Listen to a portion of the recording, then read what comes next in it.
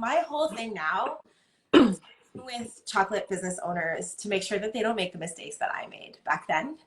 And when I relaunch things or I help people develop their businesses, I want to give them a really solid foundation to start their business, both from like obviously from the chocolate standpoint. Like chocolate's amazing. It tastes great, it smells great, it looks great, it's beautiful. All those things, like you have to have your product dialed in, but after that, what else do you do? How do you manage your business? How do you make sure you're costing properly? How do you find a location? How do you scale up? And all those things. So I've been doing all those things for, 20 years now. And I'm about to embark on a new adventure, doing this in a new context. Yes. So next week, I'm moving from Vancouver, British Columbia, Canada to Houston, Texas, where I'm going to be the executive chocolatier for a company called Winfield's Chocolate Bar, which has 2 of its own shops with a 3rd on the way, and then a lot of distribution in grocery stores and a promotional market, and also in corporate sales. So I am now the executive chocolatier at Winfield's and the director of sales. So I'm doing both now. I'm doing the nerdy chocolate R&D, building beautiful product side, and I'm also doing the business logistics, helping the team with production, managing efficiency. How do we scale up? How do we grow? How do we use what we have to its utmost? And yeah, that's amazing. Really it's like you're so uniquely positioned to help people, like, because everyone's going to have a different vision when they come to the program about what it is that they want to do, and also that vision may change over time, which of course we have.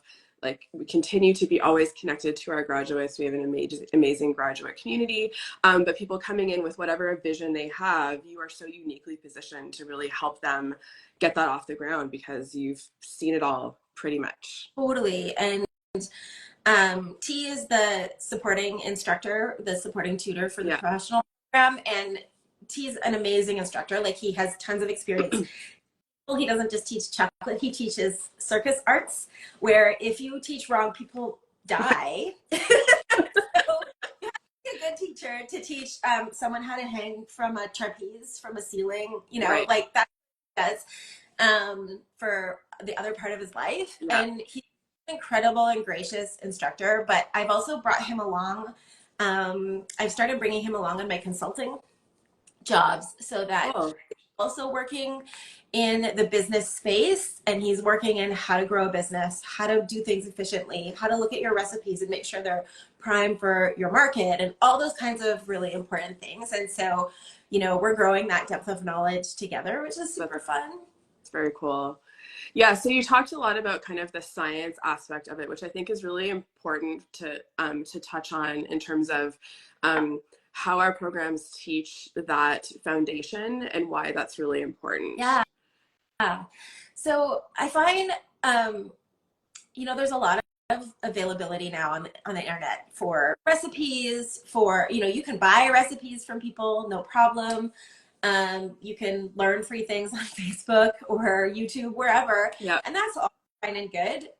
What we do that is really unique is we give people base recipes, and then we teach them how to make them their own. And that, to me, and understanding the why of how you use that base, how it works, if it's like a ganache, if it's a nut-filled chocolate, if it's a caramel, how do you use it? How do you manipulate it? How do you make it something that's uniquely yours so you can position yourself uniquely in the market? I think that that's really a critical side of what we do here at Ecole Chocolat. And it's really like I love it, obviously. And I love teaching people how to do things like, we had a student in our in one of our master programs recently, our fruit and nut master program, who really wanted a specific, she wanted to make something very specific, a specific flavor, and it was technically a bit challenging. I had never made before what she was asking. So I ran her in my house, made the recipe, said, hey, this is the base recipe you would use for this. It was a pâte de fruits. Here's how you would flavor it the way you want to.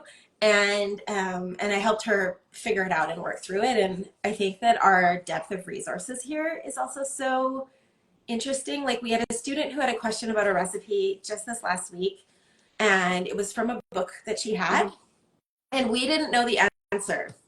Neither T nor I were like, there was a step in the recipe where we were like, not sure why that's there. Doesn't really make technical sense. Right. And we happen to know the right person to ask. We happen to know the author of the book. And so we Of said, course you did. hey, what's the deal with this recipe? We're curious. And they said, oh, you know what? It's just the way I prefer to do it. You don't really have to do that step. And we're like, Okay. okay. Right. And like, we knew, like, we looked at it technically and we were like, it doesn't make sense to like require this.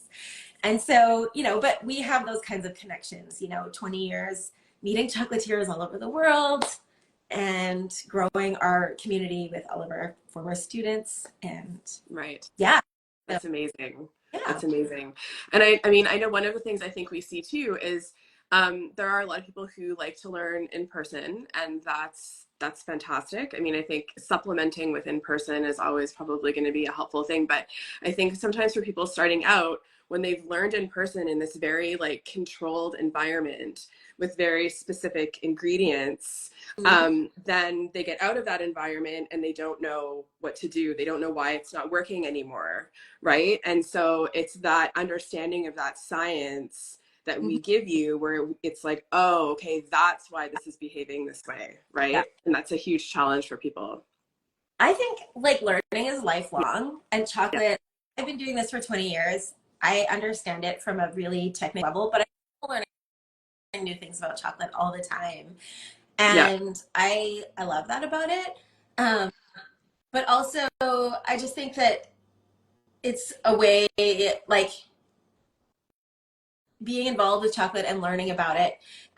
The professional program at Ecole Chocolat is just such a good foundation. Right. And then there are ways you can go to continue your learning Right.